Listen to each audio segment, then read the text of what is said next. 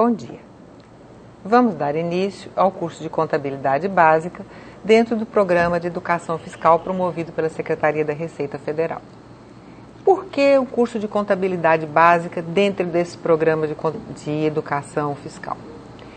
Existem vários tributos federais que usam a contabilidade como base de cálculo do imposto. Além disso, do ponto de vista gerencial, para as pequenas, médias e grandes empresas, a contabilidade é um instrumento de primeira grandeza, que permite a evolução das empresas e a geração de riquezas individuais e também para o país. As pessoas físicas imaginam que a contabilidade não lhes interessa.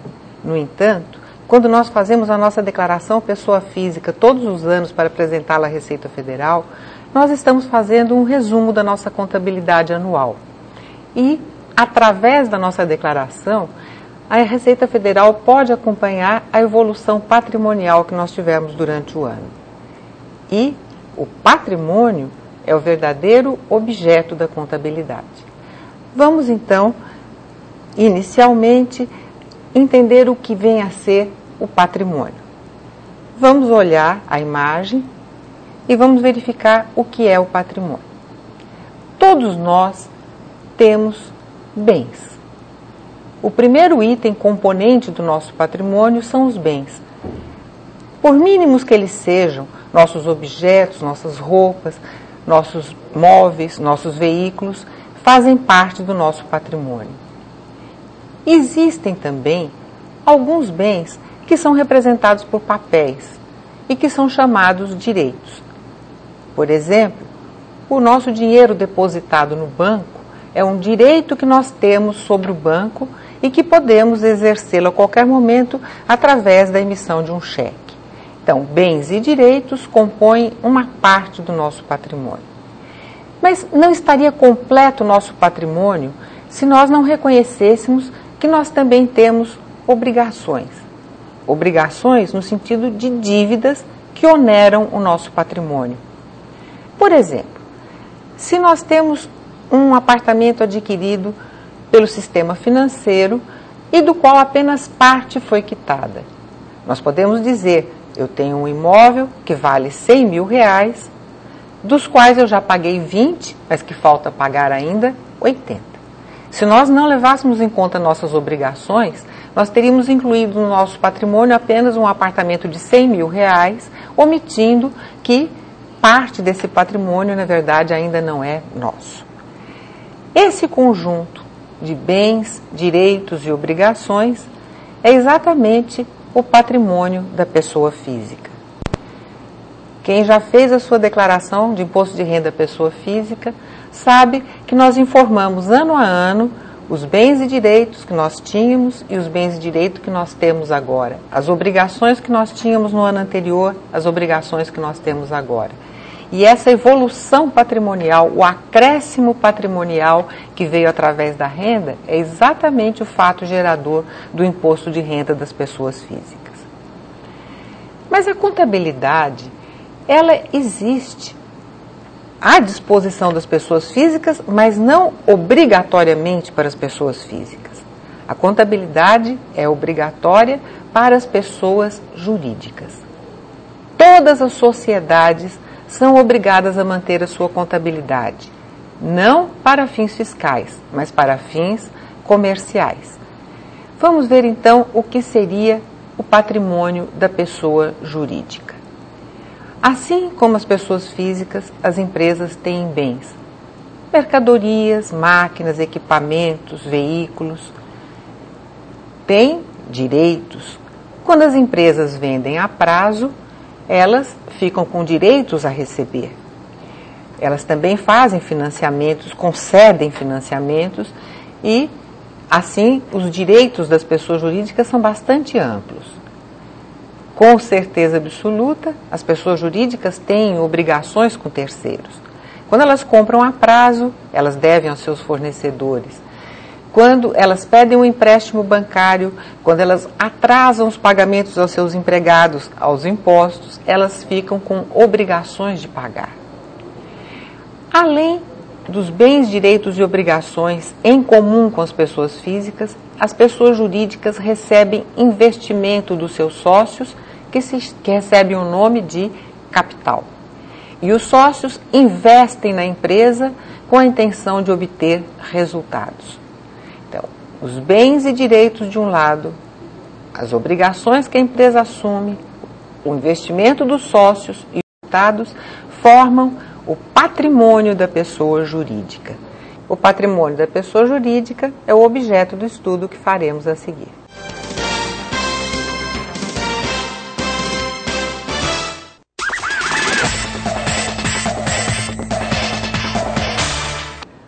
O patrimônio da pessoa jurídica, como nós já vimos, é composto então de bens, direitos, obrigações, investimento dos sócios, que é chamado de capital, e dos resultados.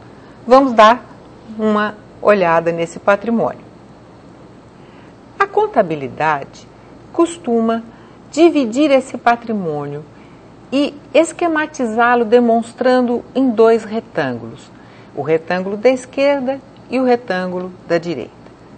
No retângulo da esquerda, a contabilidade vai relacionar todos os bens e direitos da empresa. No retângulo da esquerda, ele vai ser subdividido em dois. Na parte superior, a contabilidade vai esquematizar o passivo da empresa.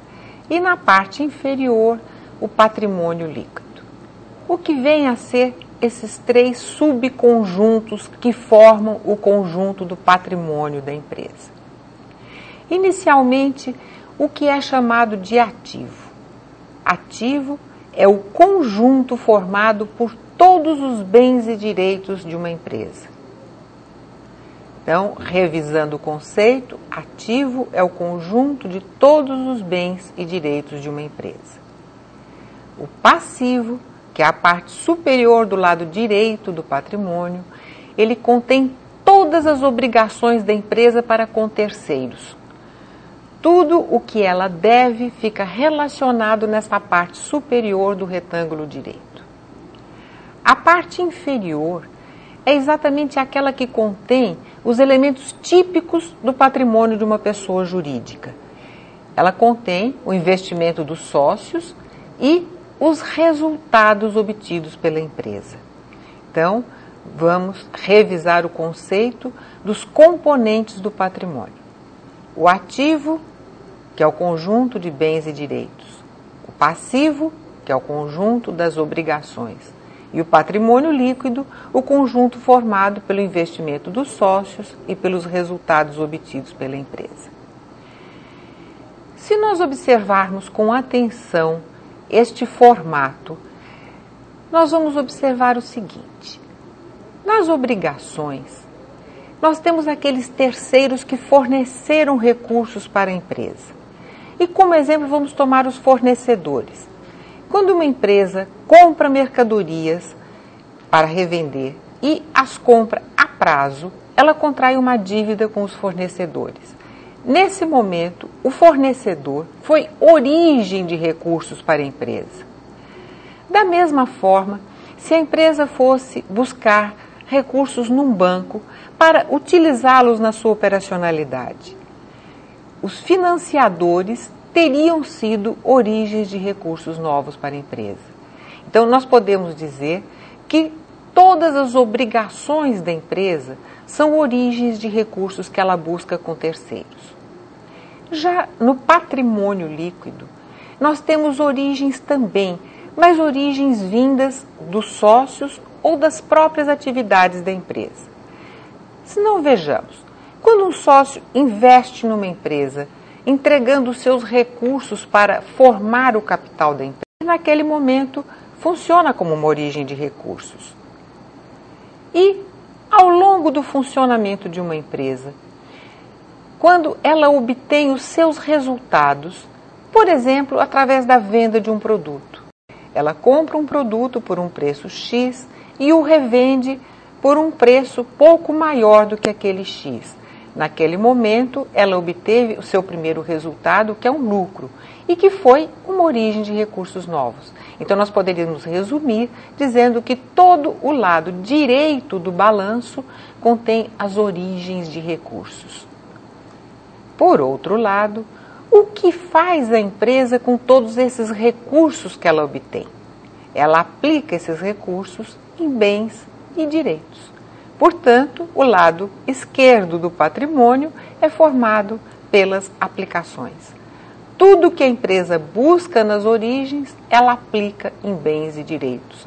Então, existe uma igualdade entre as origens e aplicações. E, estendendo o conceito, existe uma igualdade entre o ativo e o somatório do passivo com o patrimônio líquido.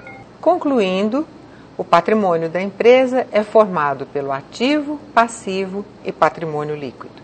Em seguida, voltaremos com a terceira parte da nossa aula de hoje.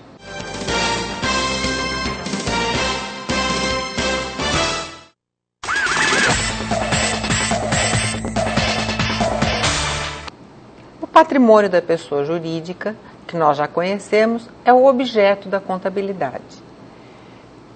O patrimônio está em constante modificação, tanto qualitativa quanto quantitativa. E é a função da contabilidade acompanhar e controlar essas alterações. A demonstração do patrimônio a qualquer momento é feita dessa forma esquematizada nos dois retângulos, como nós mostramos. E como existe uma igualdade entre esses dois retângulos, essa demonstração se chama balanço patrimonial, como se fossem dois pratos de uma balança em permanente equilíbrio. Vamos observar. O ativo do lado esquerdo, o passivo e o patrimônio líquido do lado direito. Existindo uma igualdade entre as origens e aplicações, existe uma igualdade entre os dois retângulos. E nós vamos denominar essa demonstração de balanço patrimonial. Esse gráfico nos permite chegar à equação fundamental da contabilidade, que é a igualdade existente entre o ativo e o somatório do passivo com o patrimônio líquido. Então, a qualquer tempo, esta equação matemática tem que ser verdadeira. O total do ativo tem que ser igual ao total do passivo mais o patrimônio líquido. Como é que a contabilidade vai acompanhar as alterações do patrimônio? Vamos fazer aqui o nascimento de uma empresa em que os sócios fizessem um investimento em dinheiro de R$900 mil. Como a contabilidade registraria isso? A empresa passou a ter um ativo, dinheiro no banco, R$900 mil. Ao mesmo tempo, no lado direito, nós vamos anotar no patrimônio líquido que a empresa tem agora um capital de 900. Neste momento, o total do ativo é igual ao total do patrimônio líquido. Num segundo momento, esta empresa usa parte do recurso que ela tem no banco para a aquisição de um veículo. Então, ela passa a ter no seu ativo dois tipos de bens: dinheiro no banco, 100 mil, e veículos, 800, que corresponde ao investimento dos sócios de 900. Continuamos com a igualdade verdadeira, um ativo de 900 e um patrimônio líquido de 900. Num terceiro momento, essa empresa usa recursos de terceiros. Ela compra móveis a prazo. E surge a primeira dívida dela. Ela tem agora um título a pagar de R$120 mil. O ativo, nesse momento, subiu, passou a ser de R$1.020.000, assim como o lado direito do patrimônio. Houve, desta vez, não apenas uma mudança de qualidade, mas também uma mudança de quantidade no patrimônio. Em seguida, esta empresa faz uma nova operação. Ela busca um financiamento bancário de R$200 mil. Surge uma nova obrigação e, ao mesmo tempo, aumentam os recursos que ela tem no banco. Mas a igualdade do lado esquerdo e do lado direito permanece idêntica, 1.220.000 de cada lado. Uma nova operação da empresa, desta vez adquirindo material de escritório, parte à vista e parte a prazo. Surge uma pequena obrigação de R$25.000 e surge um novo ativo de R$50.000. Vejam que também houve uma redução no valor do banco, mas a igualdade patrimonial permanece. Como nós observamos, a igualdade patrimonial é uma constante na contabilidade. A qualquer tempo, o ativo é igual ao somatório do passivo com o patrimônio líquido. Amanhã nós vamos ver as subdivisões do balanço patrimonial.